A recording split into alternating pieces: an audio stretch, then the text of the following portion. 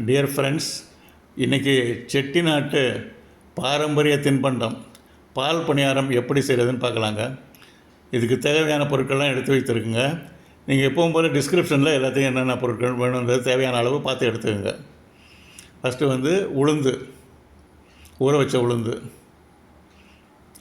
அரிசி மாவு, தேங்காய், பால், சர்க்கரை, ஏலக்காய். இப்போ இந்த ஊறின உளுந்தில் இருக்கிற இந்த தண்ணியை எடுத்துக்கலாம். தண்ணி தேவையில்லை, கெட்டியாக தான் இருக்கணும். நம்ம செய்கிறது அந்த பொருள் மாவு பொருள் கெட்டியாக இருக்கணும். அதனால் தண்ணி வேணான்னு சொல்லிட்டு தண்ணியை எடுத்தாச்சு. இதை ஊறின உளுந்த தண்ணி இல்லாமல் மிக்சியில் போட்டுக்கலாம். நெக்ஸ்ட்டு அரிசி மாவை போட்டுக்கலாம்.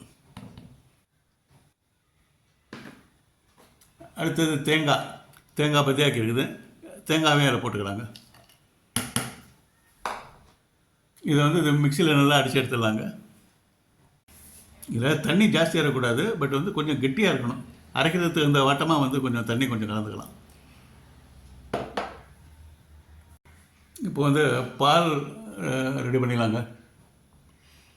பாலை காய்ச்சணுங்க. இது சர்க்கரை, தேவையான அளவு சர்க்கரை போட்டுட்டு இந்த ஏலக்காய் உடச்சி வச்சுருங்க. ஏலக்காய், நுணுக்கின ஏலக்காய், அதையும் அதில் போட்டுருவாங்க. அது இப்போ அதை காய்ச்சிடலாங்க. அது இப்போ இந்த மிக்சியில் இருக்கிற மாவை எடுத்து போட்டுக்கலாங்க. இதை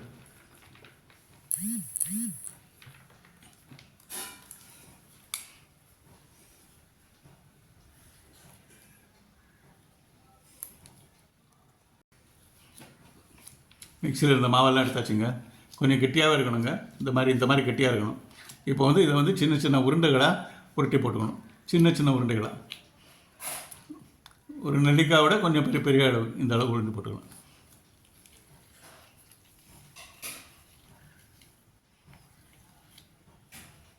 இந்த மாதிரி ஒட்டி எடுத்து வச்சுக்கலாங்க.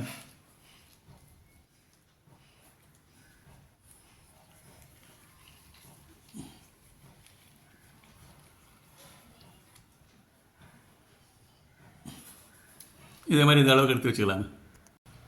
இப்போது மிக்சிலேருந்து எடுத்த மாவைங்க எடுத்து எல்லாம் சின்ன சின்ன வடைகளாக தட்டி எடுத்து வச்சுங்க.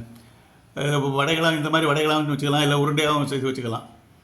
இப்போ கேஸ் ஸ்டவ்வை பற்ற வச்சுட்டு இப்போ இந்த பால் எடுத்து இங்கே வச்சுக்கலாங்க. பாலை காய்ச்சிக்கலாங்க.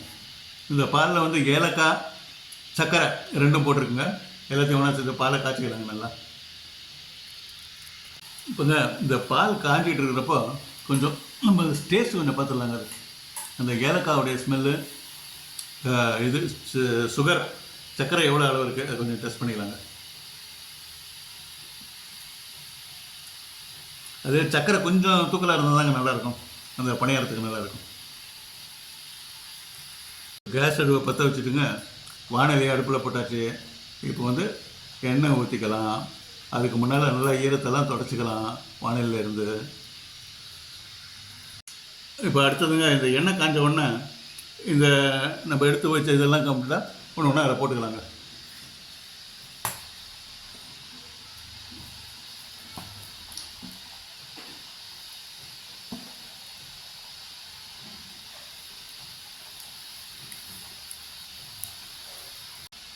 இதை அந்த கலர் வந்தவொடனே எடுத்துக்கலாங்க.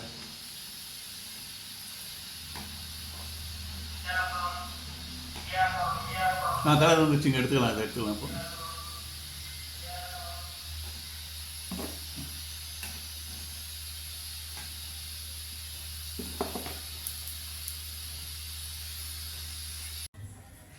இப்போ எல்லாத்தையும் கம்ப்ளீட்டாக வறுத்து எடுத்துட்டாச்சுங்க. இப்போ இந்த ஏலக்காய், சர்க்கரை பாலில் போட்டு காய்ச்சதை இதில் அந்த பாலை இதில் ஊற்றிக்கலாங்க.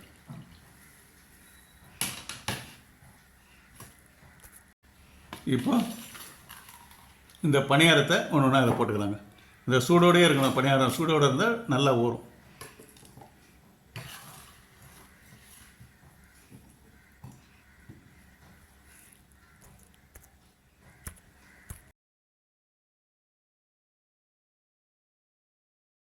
இது அப்படியே நல்லா ஊறணுங்க. இது இப்படியே ஊறுறப்பே கொஞ்சம் அப்படி அப்படியே புரட்டி போட்டுக்கலாங்க நல்லா ஊறுறதுக்காக. இப்போ பால் நல்லா ஆறின உடனே இது நல்லா ஊறி இருக்குங்க. ஊறின உடனே எடுத்து சாப்பிடலாங்க. இதாங்க பால் paniyaram. Thank you very much friends.